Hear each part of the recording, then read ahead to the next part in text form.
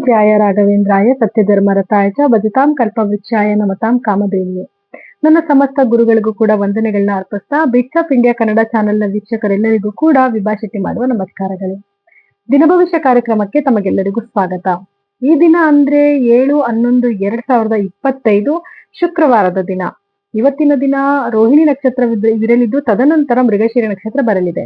ಹಾಗಿದ್ರೆ ಬನ್ನಿ ದ್ವಾದಶ ರಾಶಿಗಳ ಮೇಲೆ ಇವತ್ತಿನ ದಿವಸ ಏನೆಲ್ಲ ಪರಿಣಾಮಗಳು ಬೀಳ್ತಿದೆ ಅನ್ನೋದ್ರ ಬಗ್ಗೆ ನೋಡೋಣ.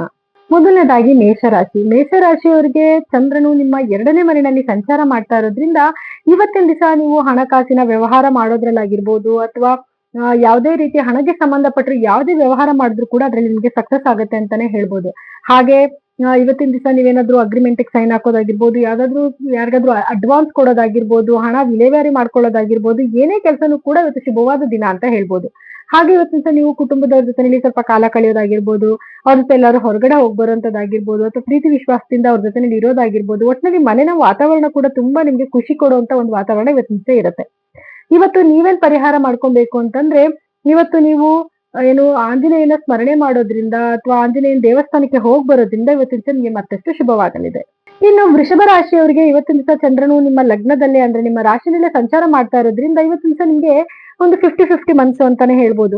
ಸ್ವಲ್ಪ ಖುಷಿಯಾಗಿ ಕಾಲ ಕಳಿತೀರಾ, ಹಾಗೆ ಸ್ವಲ್ಪ ಸ್ಯಾಡ್ನೆಸ್ ಇರುತ್ತೆ, ಏನೋ ಆಲೋಚನೆ ಮಾಡುವಂಥದ್ದು, ಈ ರೀತಿ ಸ್ವಲ್ಪ ಒಂಚೂರು ವೇರಿಯೇಷನ್ ಆಗ್ತಾ ಇರುತ್ತೆ. ಆದ್ರೆ ಇವತ್ತಿನ ದಿವಸ ಸ್ವಲ್ಪ ಏನದು ಹೊರಗಡೆ ಎಲ್ಲ ಟ್ರಾವೆಲ್ ಮಾಡ್ಕೊಂಡ್ ಬರ್ಬೇಕು, ಏನಾದ್ರು ಈಚೆ ಕಡೆ ಹೋಗೋಣ ಅಂತ ಅನ್ಕೊಳ್ಳೋಂತ ಒಂದು ಮನಸ್ಥಿತಿ ಕೂಡ ಇವತ್ತಿರುತ್ತೆ. ಆದ್ರೆ ಹೋಗ್ ಬಂದ್ರೆ ಒಳ್ಳೇದೇ, ಮನ್ಸು ಸ್ವಲ್ಪ ಏನು ಪ್ರಶಾಂತವಾಗಿರುತ್ತೆ ಅಂತ ಹೇಳ್ಬೋದು.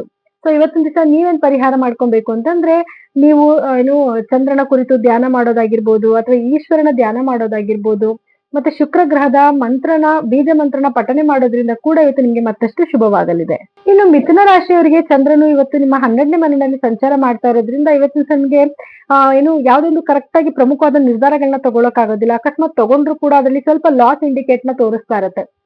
ಅಥವಾ ನೀವು ಇಷ್ಟು ದಿವಸ ಮಾಡ್ತಿದ್ದ ವ್ಯಾಪಾರಕ್ಕೂ ಇವತ್ತಿನ ಸ್ವಲ್ಪ ವ್ಯಾಪಾರದಲ್ಲಿ ಏರುಪೇರು ಆಗುವಂತದ್ದು, ಅಥವಾ ಏನೇ ಕೆಲ್ಸಕ್ಕೆ ಕೈ ಇಟ್ರು ಕೂಡ ಅದರಲ್ಲಿ ಸ್ವಲ್ಪ ಹಿನ್ನಡೆ ಆಗುವಂತದ್ದು ಈ ರೀತಿ ಆಗುತ್ತೆ. ಸೊ ಇವತ್ತಿನ ಕೆಲಸನ ನೀವು ಮುಂದಕ್ಕೆ ಹಾಕೋದೇ ಒಳಿತು ಅಂತ ಹೇಳ್ಬೋದು. ಹಾಗೆ ಯಾರೆಲ್ಲ ಏನು ಔಟ್ ಆಫ್ ಕಂಟ್ರಿನಲ್ಲಿ ಓದ್ತಿರೋರಾಗಿರ್ಬೋದು, ಅಥವಾ ಔಟ್ ಆಫ್ ಕಂಟ್ರಿನಲ್ಲಿ ವರ್ಕ್ ಮಾಡ್ತಿರೋರಾಗಿರ್ಬೋದು, ಅಥವಾ ಔಟ್ ಆಫ್ ಬೇರೆ ದೇಶಗಳಿಗೆ ಇಲ್ಲಿಂದನೇ ಕುತ್ಕೊಂಡು ಕೆಲಸ ಮಾಡಿ ಹೊರದೇಶದ ಸಂಬಳ ತಗೊಳ್ಳೋರ್ಗೂ ಕೂಡ ಇವತ್ತಿನ ತುಂಬಾ ಶುಭವಾದ ದಿನ ಅಂತಾನೆ ಹೇಳ್ಬೋದು. ನೀವೇನಾದ್ರೂ ಪ್ರಮೋಷನ್ಗೆ ಟ್ರೈ ಮಾಡ್ತಿದ್ದೀರಾ ಅಂತಂದ್ರೆ ಅದರಲ್ಲಿ ನಿಮ್ಗೆ ಸಕ್ಸಸ್ ಆಗುತ್ತೆ. ಹಾಗೆ ಏನಾದ್ರು ಮೇಲಧಿಕಾರಿಗಳ ಹತ್ರ ಮಾತಾಡ್ತೀರಾ ಅಂದ್ರೂ ಕೂಡ ಆ ತರ ಒಂದು ಔಟ್ ಆಫ್ ಕಂಟ್ರಿಗೆ ವರ್ಕ್ ಮಾಡ್ತಿರೋರಿಗೆ ಒಳ್ಳೇದಾಗುತ್ತೆ ಅಂತಾನೆ ಹೇಳ್ಬೋದು. ಸೊ ಇವತ್ತು ನೀವೇನ್ ಪರಿಹಾರ ಮಾಡ್ಕೊಬೇಕು ಅಂತಂದ್ರೆ, ನೀವು ಇವತ್ತು ಬುಧ ಗ್ರಹದ ಧ್ಯಾನ ಮಾಡೋದ್ರಿಂದ, ಅದ್ರಲ್ಲೂ ನೀವು ಏನು ವಿಷ್ಣು ಸಹಸ್ರನಾಮ ಕೇಳೋದ್ರಿಂದ ಹೇಳ್ಕೊಳ್ಳೋದ್ರಿಂದನೂ ಕೂಡ ಇವತ್ತು ನಿಮ್ಗೆ ಮತ್ತಷ್ಟು ಶುಭವಾಗಲಿದೆ.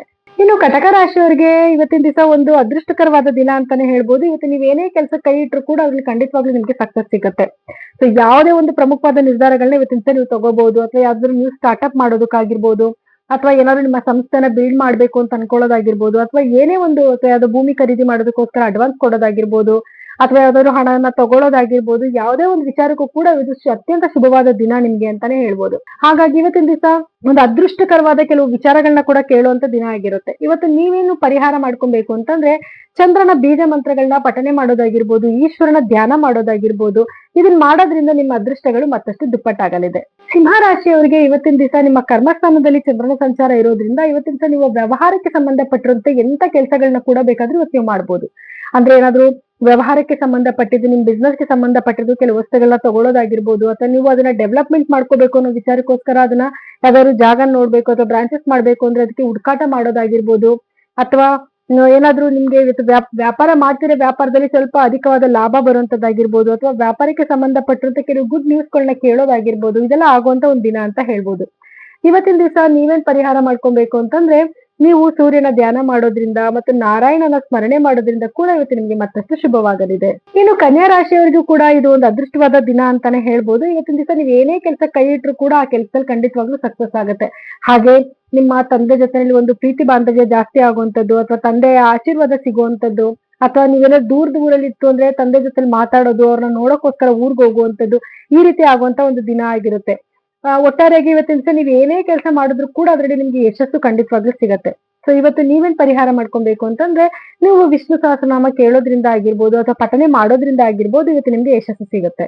ಇನ್ನು ತುಲಾ ರಾಶಿಯವರಿಗೆ ಅಷ್ಟಮ ಚಂದ್ರ ನಡೀತಾ ಇರೋದ್ರಿಂದ ಇವತ್ತಿನ ದಿವಸ ಸ್ವಲ್ಪ ಮನಸ್ಸಿನಲ್ಲಿ ಒಂಚೂರು ನೆಮ್ಮದಿ ಶಾಂತಿ ಇಲ್ಲದೆ ಇರುವಂತದ್ದು, ಸ್ವಲ್ಪ ಏನೋ ಕಳವಳ ಆಗುವಂತದ್ದು, ಅಥವಾ ನಿದ್ದೆ ನೀಟಾಗಿ ಬರ್ದೇ ಇರುವಂತದ್ದು, ಅಥವಾ ಏನೇ ಕೆಲ್ಸಕ್ಕೆ ಕೈ ಇಟ್ರು ಕೂಡ ಆ ಕೆಲಸದಲ್ಲಿ ಸ್ವಲ್ಪ ಹಿನ್ನಡೆ ಆಗುವಂತದ್ದು ಅಥವಾ ಕೆಲಸ ಡಿಲೇ ಆಗುವಂತದ್ದು ಈ ರೀತಿ ಆಗತ್ತೆ.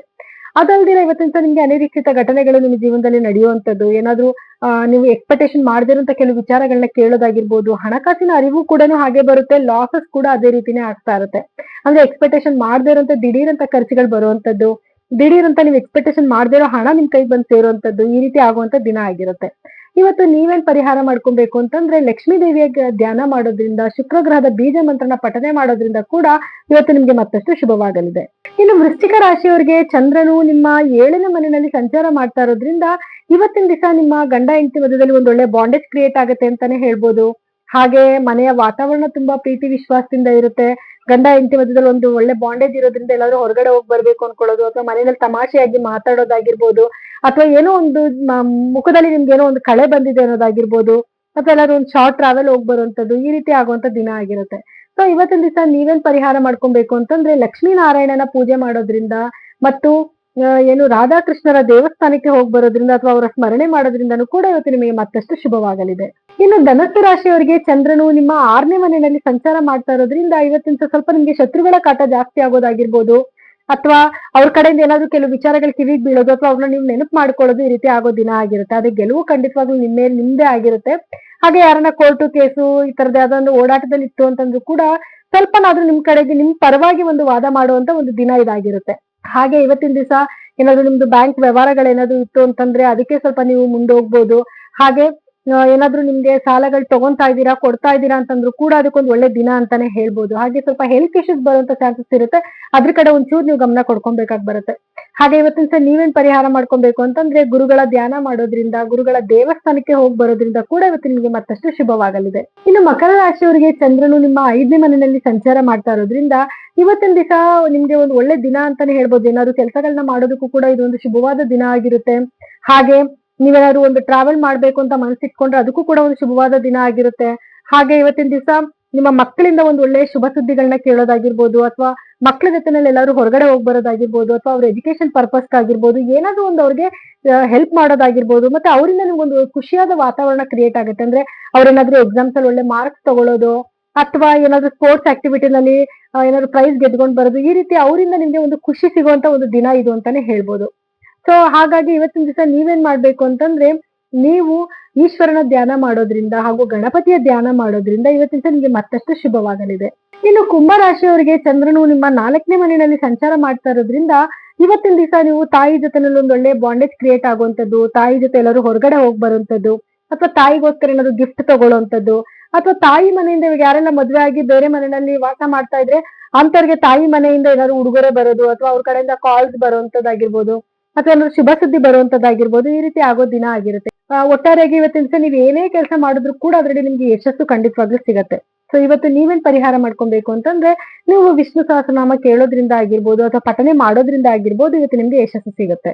ಇನ್ನು ಮೀನ ರಾಶಿಯವರಿಗೆ ಚಂದ್ರನು ನಿಮ್ಮ 3ನೇ ಮನೆಯಲ್ಲಿ ಸಂಚಾರ ಮಾಡ್ತಾ ಇರೋದ್ರಿಂದ ಇವತ್ತಿನ ದಿವಸ ನೀವು ಏನೇ ಕೆಲಸಗಳನ್ನ ಮಾಡಿದ್ರು ಕೂಡ ಅದನ್ನ ಧೈರ್ಯವಾಗಿ ಡಿಸಿಷನ್ ತಗೊಳ್ಳುವಂತ ದಿನ ಅಂತಾನೆ ಹೇಳ್ಬೋದು, ಅಥವಾ ಧೈರ್ಯವಾಗಿ ಮುನ್ನುಗ್ಗಿ ಹೋಗುವಂತದ್ದು. ಯಾರಾದ್ರೂ ದೊಡ್ಡ ವ್ಯಕ್ತಿಗಳ ಹತ್ರ ಮಾತಾಡ್ಬೇಕು ಅಂದ್ರೂ ಕೂಡ ಇವತ್ತು ನಿಮ್ಗೆ ಒಂದು ಧೈರ್ಯವಾಗಿ ಆ ವ್ಯಕ್ತಿ ಹತ್ರ ಕುತ್ಕೊಂಡು ಮಾತಾಡಿ ಅದನ್ನ ಸಕ್ಸಸ್ ಮಾಡ್ಕೊಂಡು ಬರುವಂತ ದಿನ ಅಂತಾನೆ ಹೇಳ್ಬೋದು. ಹಾಗೆ ಇವತ್ತಿನ ದಿವಸ ನಿಮ್ಮ ಸ್ನೇಹಿತರಿಂದ ಸಹಾಯ ಆಗುವಂತದ್ದು, ನೀವು ಮಾಡ್ತಿರೋ ಕೆಲಸಕ್ಕೆ ಒಂದು ಬೆಂಬಲವಾಗಿ ನಿಂತ್ಕೊಳ್ಳುವಂತದ್ದು, ಹಾಗೆ ಇವತ್ತಿನ ಒಂದು ಶಾರ್ಟ್ ಟ್ರಾವೆಲ್ ಮಾಡುವಂತದ್ದು, ಅಂದ್ರೆ ನಿಮ್ಮ ಕೆಲಸದ ನಿಮಿತ್ತವಾಗಿ ನೀವು ಹೊರಗಡೆ ಹೋಗುವಂತದ್ದು, ಇದೆಲ್ಲ ಆಗುವಂತ ಒಂದು ದಿನ ಅಂತಾನೆ ಹೇಳ್ಬೋದು. ಇವತ್ತಿನ ದಿವಸ ನೀವೇನ್ ಪರಿಹಾರ ಮಾಡ್ಕೊಬೇಕು ಅಂತಂದ್ರೆ ಇವತ್ತು ನೀವು ಗುರುಗಳ ಧ್ಯಾನ ಮಾಡೋದ್ರಿಂದ ಆಗಿರ್ಬೋದು, ಅಥವಾ ಗುರುಗಳ ದೇವಸ್ಥಾನಕ್ಕೆ ಭೇಟಿ ಮಾಡೋದ್ರಿಂದ ಆಗಿರ್ಬೋದು, ಇವತ್ತು ನಿಮ್ಗೆ ಮತ್ತಷ್ಟು ಶುಭವಾಗಲಿದೆ.